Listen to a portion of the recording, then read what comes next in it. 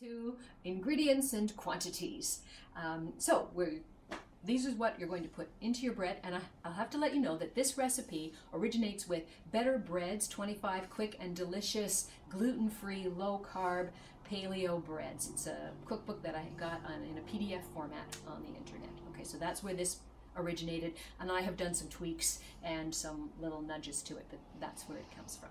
So the ingredients are 1 cup of almond flour, 1 cup of tapioca flour or arrowroot flour, 1/3 of a cup of coconut flour, and a teaspoon of salt. You're going to mix it all together in a bowl. You want a little bit deeper bowl, and you'll use your whisk. And when you first start, just turn it over and over to blend the tapioca or the arrowroot flour into the almond flour, because otherwise it just puffs up terribly.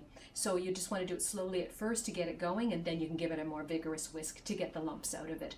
If you keep your coconut flour and your almond flour in the fridge, which is recommended, it will get lumps. If you keep it in the freezer, it'll definitely get lumps. These will press out with a fork, so don't worry about it, but just be aware that it's perfectly natural. So now once you've mixed your dry ingredients together, you want 1 1/4 cups of water, okay, and 2 teaspoons of the sugar. I use coconut sugar, but you can use honey or maple syrup. Whatever sweetener you've decided to use, 2 teaspoons of that. And then you're going to need 1.5 tablespoons of either ground chia seeds or ground flax seeds. You can do half and half if you want to, it's up to you. And then 2 tablespoons of the ground psyllium husks. It's very important to measure the psyllium husk powder exactly.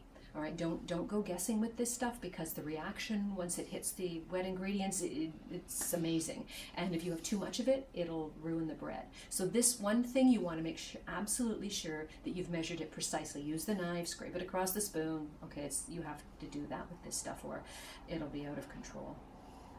And so now the technique is, after you mix all of your dry ingredients together, you heat the water, 1 1/4 cups of water, to 110 degrees, and hence the little thermometer, okay, to make sure I get the right temperature in the water. If your ingredients are cold, if you've been keeping the sugar in the fridge, which again I have been doing because we're in Florida and I'm always afraid of bugs, so I keep the sugar in the fridge, so it's cold.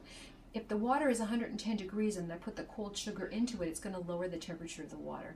So unless you've been, let your sugar sit out for a bit to come to room temperature, as well as your yeast, which I also keep in the fridge, these are going to be cold. So I would heat the water a little bit more than 110 degrees, because you want to be 110 when you put the yeast into it. So if you've got cold ingredients, cold sugars, cold yeast, take it to maybe 113. Then you can pour the cold ingredients into it and it won't affect anything.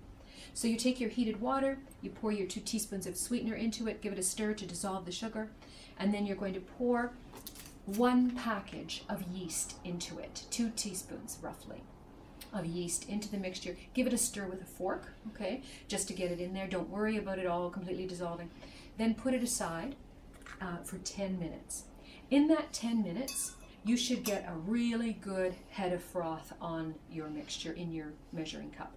If you don't get that head of froth, you got to start again, because that working yeast is key to everything. Okay? Otherwise, it'll just be a leaden mass.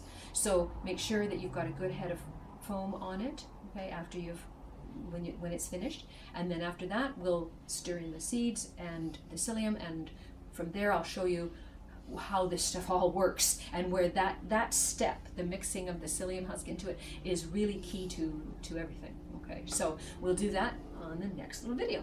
See you shortly.